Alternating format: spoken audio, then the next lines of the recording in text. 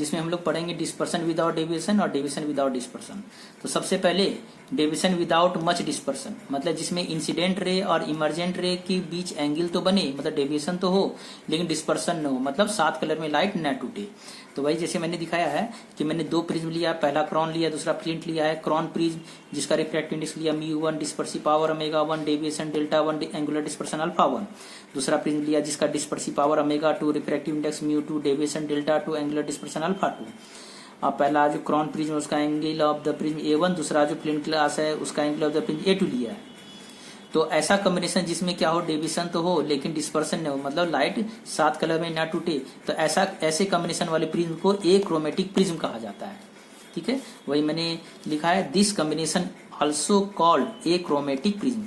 Achromatic prism क्यों sir? क्योंकि अगर वर्ड में तोड़े एज और क्रोमेटिक, ए मीन्स होता है नहीं, मतलब नो, क्रोमेटिक मीन्स होता है कलर, मतलब जो कलर में न टूटे, मतलब 7 कलर में न टूटे तो उसे एक्रोमेटिज्म कहा जाता है।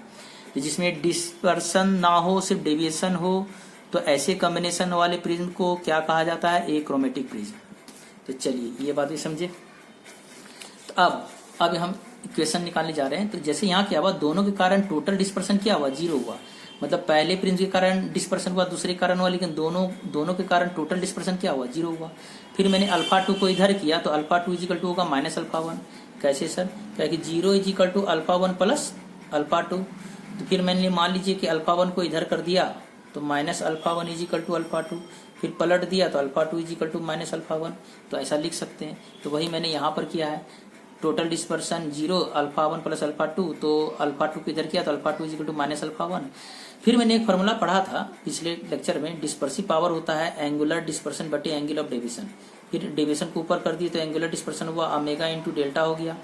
ठीक है, तो इसी आधार पर मैंने α2 को लिखा ω2 इंटू Δ2 और α1 को लिखा ω1 इंटू Δ1, ये लिखा है। चलिए ये बात क्लियर हो गई। तो अब देखिए, तो अब क्या है, फिर मैंने डेविएशन को तोड़ा। डेविएशन का फॉर्मूला पर है कि deviation is equal to μ-1 into A, ये फॉर्मूला पढ़े। तो इसलिए जो है μ2 अगर लिखा तो मैंने क्या लिखा, μ2 -1 इंटू A2, μ1 की जगह क्या लिखे, μ1 -1 इंटू A1। फिर मैंने क्या किया, सबको उधर किया, खाली A2 को रहने दिया। तो A2 को रहने दिया तो बराबर हुआ -ω1 μ1 -1 इंटू A1 बटे ω2 μ2 -1।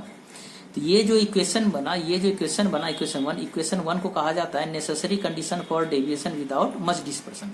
मतलब ये इक्वेशन तभी आएगा जब क्या हो, डिस्पर्सन नहीं होगा बल्कि सिर्फ क्या होगा, डेविएशन होगा, तभी ऐसा इक्वेशन आएगा, तभी सर ऐसा इक्वेशन आएगा। ठीक है, तो इसलिए इस इक्वेशन को कहा जाता है equation 1 is the necessary condition for deviation without much dispersion. यहाँ निगेटिव साइन क्या बोलता है सर? निगेटिव साइन बोलता है कि negative sign indicate that both prism are oppositely placed. Negative sign ये बोलता है कि दोनों प्रिज्म अपोजिटली प्लेस्ड है। अपोजिटली प्लेस्ड का मतलब क्या हो गया, यानी क्रॉन प्रिज्म का एंगल ऑफ द प्रिज्म ऊपर है, फ्लिंट ग्लास का एंगल ऑफ द प्रिज्म नीचे है। चलिए ये बात भी क्लियर हो गई कि निगेटिव साइन यहाँ क्या बोलता है, दोनों अपोजिटली प्लेस्ड है। अब आइए कि टोटल डिस्पर्सन का तो मैंने दिखा दिया, टोटल लेकिन डेविएशन तो हुआ है सर। हाँ, टोटल डेविएशन हुआ है, तो मैंने वही लिखा फॉर टोटल डेविएशन, तो टोटल डेविएशन बराबर क्या लिखा, Δ1 प्लस Δ2। टोटल डेविएशन बराबर क्या लिखा, Δ1 प्लस Δ2। फिर डेल्टा को मैंने तोड़ा, क्या तोड़ा, Δ1 को लिखा μ1 -1 इंटू A1 प्लस Δ2 के लिए लिखा μ2 -1 इंटू A2। फिर मैंने क्या किया, इक्वेशन 1 जो आया है A2, यहाँ जो इक्वेशन 1 जो आया, यहाँ जो इक्वेशन 1 जाया A2 का ये वैल्यू मैंने उठाकर इक्वेशन 2 की A2 में मैंने बैठाया। तो इक्वेशन 2 में बैठा रहे हैं, मतलब ये टोटल डेविएशन का जो इक्वेशन आया है इक्वेशन 2, ठीक है, तो इसमें मैंने A2 की जगह बैठाया। तो अब A2 की जगह मैंने बैठाया तो लिखेंगे total deviation equal to μ1 -1 into A1 plus μ2 -1, फिर ब्रैकेट में ले लिया, यानी यहाँ जो A2 है तो A2 का वैल्यू जो है यहाँ ब्रैकेट में ले लिया -ω1 μ1 -1 इंटू A1 बटे ω2 μ2 -1 इंटू A2। फिर μ2 -1 कट गया, यहाँ क्या हो गया, μ2 -1 कट गया। तो क्या बच रहा है सर, तो क्या बच रहा है μ1 -1 A1, इसमें भी बच रहा है μ1 -1 A1। तो इन दोनों में जो ये बच रहा है तो इसको मैंने कॉमन ले लिया, इसको कॉमन ले लेंगे। तो कैसे, तो पहले देखते हैं। तो पहले प्लस इंटू माइनस हो गया, जो बचा उसको लिख रहे हैं ω1 मी 1 माइनस 1 A1 बटे ओमेगा 2, फिर दोनों में ये चीज कॉमन है तो मैंने दोनों कॉमन ले लिया, मी 1 माइनस 1 इंटू A1, इसमें यहाँ भी है और इसमें भी है तो दोनों से कॉमन ले लिया, तो क्या बचा ब्रैकेट में 1 माइनस ओमेगा 1 बटे ओमेगा 2। ये जो इक्वेशन आया, ये इक्वेशन हुआ कि total deviation without much dispersion, मतलब कि जिसमें यह वह इक्वेशन है जिस इक्वेशन को बोलेंगे डेविएशन विदाउट डिस्पर्सन का इक्वेशन।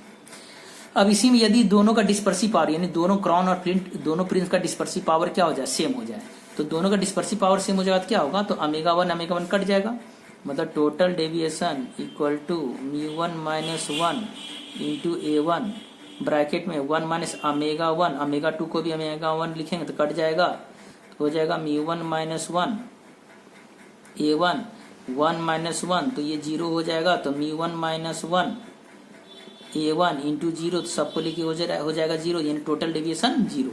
यानी दोनों प्रिज्म का अगर डिस्पर्सिव पावर सेम हो जाएगा, दोनों प्रिज्म का डिस्पर्सिव पावर कौन कौन प्रिज्म, क्रॉन और फ्लिंट जो है, दोनों का अगर डिस्पर्सिव पावर सेम हो जाएगा तो टोटल डेविएशन 0 हो जाएगा। तो सर टोटल डेविएशन जो 0 हो जाएगा तो वो किस तरह एक्ट करेगा, act as thick plane glass slab की तरह, मतलब कि अगर दोनों का डिस्पर्सिव पावर अगर सेम हो जाएगा तो क्या होगा, व्हाइट लाइट जाएगा, 7 कलर में टूटेगा, निकलते वक्त सब जुटेगा, जुटने के बाद ये जो इंसिडेंट रे और इमरजेंट रे दोनों क्या हो जाएगा, पैरेलल हो जाएगा। तो ये किसकी तरह एक्ट करेगा, थिक प्लेन ग्लास स्लैब की तरह, क्योंकि sir thick plane glass slab अगर रहेगा तो ये देखिए लाइट इंसिडेंट हुआ, फिर बेंड किया, फिर ये जो निकलेगा यानी इंसिडेंट रे इमरजेंट रे आपस में क्या हो जाएगा, पैरेलल हो जाएगा। तो वही अगर क्वेश्चन पूछेगा कि अगर क्रॉन और फ्लिंट प्रिज्म का डिस्पर्सिव पावर अगर इक्वल हो जाए तो ये किस तरह एक्ट करेगा, तो ये एक्ट करेगा किसकी तरह, ये एक्ट करेगा as thick plane glass slab की तरह। इसलिए डेविएशन तो हो लेकिन डिस्पर्सन ना हो, तो उसके लिए दोनों का डिस्पर्सिव पावर क्या होना चाहिए, अलग होना चाहिए। मतलब for total deviation without much dispersion omega 1 not equal to omega 2। तो उम्मीद है इतना बात समझ गए। तो चलिए अब थोड़ा आगे बढ़े। तो अब अगला टॉपिक है दूसरा है टॉपिक क्या है sir, dispersion without much deviation, मतलब डिस्पर्सन तो लेकिन डेविएशन न हो, तो ऐसा combination it is also known as direct vision prism. तो ऐसा कॉम्बिनेशन जिसमें क्या 7 कलर में टूटे लेकिन डेविएशन न हो, तो ऐसे कॉम्बिनेशन को डायरेक्ट विजन प्रिज्म भी कहा जाता है। ठीक है, तो इसमें क्या हुआ, जैसे व्हाइट लाइट टकराया, तो ये कौन सा लाइट टकराया, ये टकराया व्हाइट लाइट टकराया, फिर क्या हुआ, ये 7 कलर में टूटा, और फिर क्या हुआ, इधर से निकलते वक्त निकला तो ऊपर रेड नीचे वायलेट, लेकिन जब इस प्रिज्म में आया तो चूंकि हमें पता है कि वायलेट जो बेस की तरफ रहता है, तो वायलेट ऊपर हुआ, रेड थोड़ा नीचे हुआ। ठीक है, इसके बीच डॉटेड लाइन वाला ये येलो कलर है। तो ठीक है, मतलब मैं इसको ऐसे देख सकता हूँ, जैसे व्हाइट लाइट इंसिडेंट हुआ, फिर इस तरह से 7 कलर टूटा, तो मैं ले रहा हूँ रेड और वायलेट, फिर क्या है, तो वायलेट थोड़ा बेंड किया, थोड़ा ज़्यादा हो गया, तो वायलेट बेंड किया, रेड भी बेंड किया, और यहाँ क्या हुआ कि ये जो वायलेट आया तो वायलेट थोड़ा बेंड करके निकला, तो मैं क्या करूँ, इंसिडेंट रे को थोड़ा और ऐसे कर रहा हूँ ताकि थोड़ा सा और तो ये इंसिडेंट रे और इमरजेंट रे, ये क्या हो गया sir, incident ray emergent ray parallel होना चाहिए, इंसिडेंट रे इमरजेंट रे क्या हो गया, पैरेलल हो गया, और बाकी जो है ये वायलेट है और ये कौन सा, ये रेड कलर है और ये बीच में येलो कलर है, इस तरह से। ठीक है, तो मतलब कहने का मतलब क्या हुआ कि अगले कंडीशन में मैंने जो है दोनों प्रिज्म A1 और A2 दोनों प्रिज्म का एंगल ऑफ द प्रिज्म इस तरह से लिया, किसका, क्रॉन और फ्लिंट का, क्रॉन ग्लास और फ्लिंट ग्लास का एंगल ऑफ द प्रिज्म मैंने इस तरह से लिया, एंगल ऑफ द प्रिज्म इस तरह से लिया कि व्हाइट लाइट जब इंसिडेंट हुआ, कौन लाइट, व्हाइट लाइट जो इंसिडेंट हुआ तो डिस्पर्सन तो हुआ लेकिन डेविएशन नहीं हुआ। चलिए ये बात समझ गए। तो यही चीज मैंने यहाँ डायग्राम में बना के दिखाया, व्हाइट लाइट हुआ तो फिर रेड हुआ, ये वायलेट हुआ, फिर बेंड करके ये वायलेट निकला, ये रेड निकला, तो ये सारे जो है इंसिडेंट रे के पैरेलल निकल रहे हैं, और वायलेट नीचे रेड ऊपर, तो मतलब कहने का मतलब कि इसका डेविएशन नहीं बराबर, इसलिए लिखा जा रहा है dispersion without much deviation, it is also known as direct vision prism. तो इसमें तो हमने क्या देखा कि टोटल डेविएशन तो 0 हुआ, तो मतलब लिख सकते हैं हम लोग, क्या लिख सकते हैं, total angle of deviation delta T, delta 1 plus delta 2, delta 1 लिखे म्यू 1 माइनस 1 इंटू ए 1 प्लस म्यू 2 माइनस 1 इंटू ए 2। तो टोटल डेविएशन क्या हुआ? 0। तो टोटल डेविएशन 0 हुआ, तो टोटल डेविएशन मैंने 0 लिख दिया। अब टोटल डेविएशन 0 लिखा, तो चूंकि टोटल डेविएशन 0 लिख दिया, तो टोटल डेविएशन अगर मैं 0 लिखूंगा तो ऐसा बचेगा। तो अब इसमें मैंने क्या किया, इसको इधर ले आया, तो इधर ले आएंगे तो एक इधर माइनस हो जाएगा, तो माइनस हो जाएगा। तो फिर मैंने क्या किया, इसको नीचे भेजा, a2 को रहने दिया। तो ये जो अगला इक्वेशन बना, तो अगला इक्वेशन 1 जो बना, ये क्या कहलाएगा सर?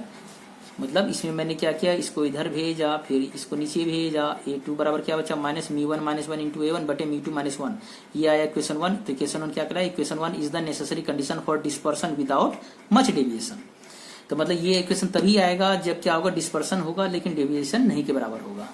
फिर क्या है, फॉर टोटल एंगुलर डिस्पर्सन, क्योंकि डिस्पर्सन तो हुआ है।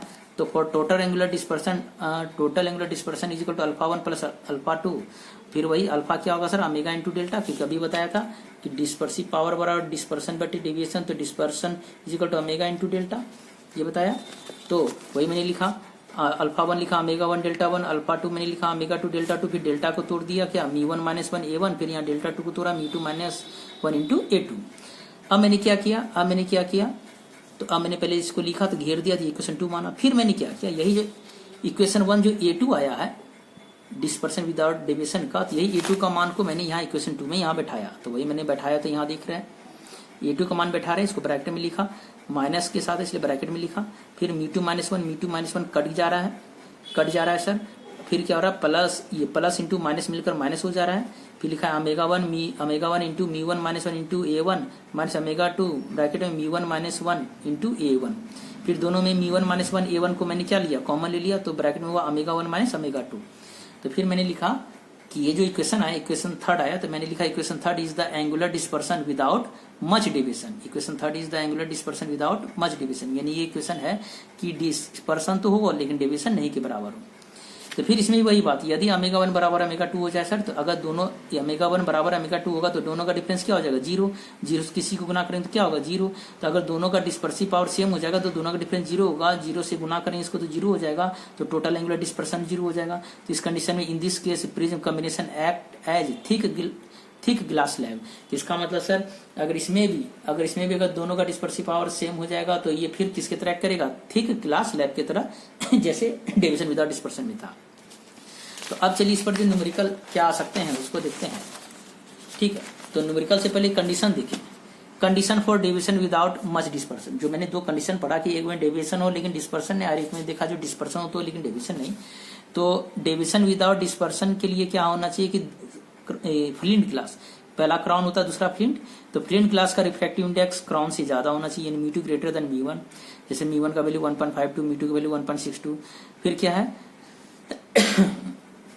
फिर जो है फ्लिंट ग्लास का डिस्पर्सिव पावर क्राउन से ज्यादा होना चाहिए, मतलब ओमेगा 2 बड़ा होना चाहिए ओमेगा 1 से, यानी ओमेगा 1 है 0.03 तो ओमेगा 2 का 0.05। फिर क्या है, पहला प्रिज्म यानी क्राउन प्रिज्म का angle of the prism flint glass के एंगल ऑफ द प्रिज्म से अप्रॉक्स 2 टाइम्स ज्यादा होना चाहिए। मतलब कि इक्वल टू लिखा है, मतलब कि एग्जैक्ट 2 जरूरी नहीं है लेकिन लगभग दुगना होना चाहिए क्राउन का angle of the prism flint glass से। माइनस क्या बोलता है सर, माइनस ये बताया है कि दोनों का एंगल ऑफ द प्रिज्म, दोनों एंगल ऑफ प्रिज्म क्या अपोजिट, यानी दोनों प्रिज्म क्या होना चाहिए, अपोजिट होना चाहिए, दोनों प्रिज्म अपोजिट होना चाहिए। तो क्राउन मैंने यहाँ लिखा है कि क्राउन ग्लास जो है वो कैल्शियम और सोडियम सिलिकेट का बना होता है, सिलिकेट सिलिका ऑक्साइड जानते हैं। और सेकेंड प्रिज्म जो है फ्लिंट जो है पोटासियम और लेड का बना हुआ है, ठीक है। खैर केमिस्ट्री से हमको उतना मतलब है, मतलब ये ध्यान रखना है कि म्यू 2 ग्रेटर देन म्यू 1 होना चाहिए, ओमेगा 2 ग्रेटर देन ओमेगा 1 होना चाहिए, और पहला प्रिज्म का एंगल ऑफ द प्रिज्म दूसरे एंगल ऑफ द प्रिज्म से 2 टाइम्स अप्रॉक्स होना चाहिए। फिर है डिस्पर्सन विदाउट मच डेविएशन का, मतलब कि डिस्पर्सन तो लेकिन डेविएशन नहीं के बराबर हो, तो उसके लिए इसमें वही होना चाहिए, म्यू 2 ग्रेटर देन म्यू 1 होना चाहिए, ओमेगा 2 ग्रेटर देन ओमेगा 1 होना चाहिए। लेकिन इसमें जो क्राउन का जो एंगल ऑफ द प्रिज्म है फ्लिंट ग्लास से 1.2 टाइम्स ज्यादा होना चाहिए अप्रॉक्स में, माइनस मतलब दोनों प्रिज्म अपोजिटली प्लेस होना चाहिए। चलिए ये भी समझे, कंडीशन आपको ये कंडीशन जो मैंने बताया ये कंडीशन आपको ध्यान रखना होगा। मतलब एंगल ऑफ द प्रिज्म के डिफरेंस के कारण से डिस्पर्सन विदाउट डेविएशन और डेविएशन विदाउट डिस्पर्सन हो रहा है। चलिए अगला, अब एक दो क्वेश्चन देख ले इस पर। एक क्वेश्चन है, a thin prism P1 with angle 4 degree and made from glass of refractive index 1.54 is combined with another prism P2 made from glass of refractive index 1.72 to produce dispersion without deviation. What is the angle of the prism? ठीक है। What is the angle of the prism of P2, of किसका sir? P2 का। मतलब कह रहा है क्या, question ये कह रहा है, क्वेश्चन ये कह रहा है कि अभी जो कंडीशन पड़ा कि ये एंगल ऑफ द प्रिज्म माने A1 है, ये angle of the prism A2 है, ये व्हाइट लाइट जा रहा है और इस तरह से 7 कलर में टूट जा रहा है। मतलब कि डिस्पर्सन तो हो रहा है लेकिन डेविएशन नहीं हो रहा है। तो उस कंडीशन में A1 का वैल्यू हमको दिया हुआ है, पहले प्रिज्म का एंगल ऑफ द प्रिज्म दिया हुआ है, A1 कितना दिया है 4 डिग्री, और हमसे पूछ रहा है कि A2 दूसरे सेकंड प्रिज्म का एंगल ऑफ द प्रिज्म क्या होगा, जहां पर पहले प्रिज्म का रिफ्रैक्टिव इंडेक्स दिया हुआ है, दूसरे का भी दिया हुआ है। पहले प्रिज्म का रिफ्रैक्टिव इंडेक्स आपको दिया हुआ है 1.54, दूसरे प्रिज्म का रिफ्रैक्टिव इंडेक्स दिया है 1.72। तो इस कंडीशन के लिए कि डिस्पर्सन तो हो लेकिन डेविएशन ना हो, तो ऐसे कंडीशन के लिए angle of the prism A2 क्या होना चाहिए। तो मैंने अभी ताजी पढ़ा है, गौर से किधर पढ़ा है कि डिस्पर्सन तो हो लेकिन डेविएशन न हो, विदाउट मच डेविएशन, डिस्पर्सन तो लेकिन डेविएशन न हो, उसके लिए एंगल ऑफ द प्रिज्म जो है नेसेसरी कंडीशन के लिए A2 के लिए क्या इक्वेशन लाया, ये लाया है A2 equal to minus μ1 minus 1 A1 बटे μ2 माइनस μ1। तो यही वाला फॉर्मूला लगेगा। तो यही वाला फॉर्मूला यहाँ पर अप्लाई हुआ, ये वाला फॉर्मूला देखिए यहाँ पर अप्लाई हुआ for dispersion without deviation A2 equal to minus μ1 minus 1 A1 बटे μ2 माइनस 1। फिर μ1 μ2 और A1 का वैल्यू बैठाया, μ1 का वैल्यू बताया 1.54, फिर माइनस 1 लिखा, μ2 का वैल्यू 1.72, फिर माइनस 1 लिखा, फिर A1 का लिखा 4 डिग्री। फिर क्या हुआ, इसको घटाया, ऊपर घटाया नीचे घटाया, तो ऊपर घटाया तो 0.54 आया, नीचे घटाया तो 0.72 आया, इंटू 4 है। फिर जो डेसिमल कट गया तो 54 उड़ गया, डेसिमल उड़ गया तो 54 बटे 72 इंटू 4 आया। फिर इसको सॉल्व करने पर जो है 3 डिग्री आया। माइनस आया सर, माइनस इसलिए A2 बराबर माइनस 3 डिग्री करने का सेंस ये हो गया कि सेकंड प्रिज्म जो है पहले प्रिज्म से अपोजिटली प्लेस है, इसलिए माइनस में आया। अब पहला प्रिज्म का 4 डिग्री तो दूसरे प्रिज्म का कितना है 3 डिग्री। ठीक है। So the angle of the prism is 3 degree and opposite to the first prism. तो कहने का मतलब ये जो मैंने कंडीशन लिखा है, कंडीशन में A1 बराबर इज इक्वल टू 1.2 A2, तो ये करने का मतलब वही हुआ कि मतलब कि सेकंड प्रिज्म फर्स्ट प्रिज्म जो है सेकंड प्रिज्म से बड़ा होना चाहिए 1.2 टाइम्स अप्रॉक्स। हमेशा एग्जैक्ट तो जरूरी नहीं है। चलिए इस क्वेश्चन का भी आंसर समझा। अब अगला क्वेश्चन लास्ट क्वेश्चन। अगला क्वेश्चन ये है, अगला क्वेश्चन है a prism P1 of angle of prism 6 degree and refractive index 1.75, the dispersive power of P1 prism is 0.03 and of P2 prism is 0.05. Find the total deviation without dispersion for the combination of P1 and P2 prism. Question क्या कर रहा है उसको समझते हैं। Question क्या कर रहा है कि हमें टोटल डेविएशन निकालना है। क्या निकालना है? टोटल डेविएशन निकालना है। किस कंडीशन के लिए? उस कंडीशन के लिए जब क्या हो, टोटल डेविएशन हो लेकिन डिस्पर्सन न हो। मतलब डेविएशन तो हो लेकिन डिस्पर्सन न हो। मतलब ये पहला कंडीशन वाला, यानी ये टकराया और इस तरह से ये निकल गया। मतलब कहने का मतलब कि डेविएशन तो हो लेकिन डिस्पर्सन न हो, उस कंडीशन के लिए टोटल डेविएशन का वैल्यू निकालना है हमको। याद करिए जब मैंने जो है डेविएशन विदाउट डिस्पर्सन के लिए जो फाइनल इक्वेशन लाया था वो क्या लाया था? वो ये लाया था, for deviation without dispersion total deviation μ1 minus 1 A1 bracket 1 minus ω1 बटे ω2। तो क्वेश्चन में क्या क्या दिया है? क्वेश्चन में आपको जो है पहला प्रिज्म का रिफ्रैक्टिव इंडेक्स दिया है 1.75 और पहला प्रिज्म का एंगल ऑफ द प्रिज्म दिया है 6 डिग्री। फिर जो है दूसरे प्रिज्म का फिर क्या है, दूसरे प्रिज्म का द डिस्पर्सिव ऑफ प्रिज्म, फिर पहले प्रिज्म का डिस्पर्सिव पावर दिया 0.03, फिर दूसरे प्रिज्म का डिस्पर्सिव पावर दिया 0.05 और हमको इसमें मांगा है टोटल डेविएशन। ठीक है, इतना इन्फॉर्मेशन दिया, यानी इतना इन्फॉर्मेशन क्वेश्चन में दिया है और हमको टोटल डेविएशन पूछ रहा है। तो टोटल डेविएशन का फॉर्मूला देखते हैं। फॉर्मूला है μ1 माइनस 1, टोटल डेविएशन बराबर μ1 माइनस 1 इंटू A1 ब्रैकेट में 1 माइनस ω1 बटे ω2। तो μ1 का वैल्यू बैठा दिया 1.75 minus 1 angle of the prism पहला का बैठा दिया 6 डिग्री ब्रैकेट 1 माइनस ω1 का वैल्यू बैठाया 0.03, ω2 का वैल्यू बैठाया 0.05। इस तरह से पहले डेसिमल उड़ गया, कट गया तो 3/5 बचा। फिर 1.75 को 1 से घटाया तो 0.75 बचा। फिर 1 माइनस 3/5 जो एलसीएम लिया 5 माइनस 3/5 हुआ। फिर 5 में 3 गया तो 2 और 2/5 4.5 इंटू 2/5। फिर इसको सॉल्व किया तो 1.8 आया। इन्हें टोटल डेविएशन कितना आया सर? टोटल डेविएशन कितना आया? 1.8 डिग्री। यानी इंसिडेंट रे और इमेजिनरी रे के बीच जो एंगल आएगा 1.8 डिग्री आएगा। तो इस तरह से मैंने डेविएशन विदाउट डिस्पर्सन और डिस्पर्सन विदाउट डेविएशन हमने डिस्कस कर लिया। धन्यवाद।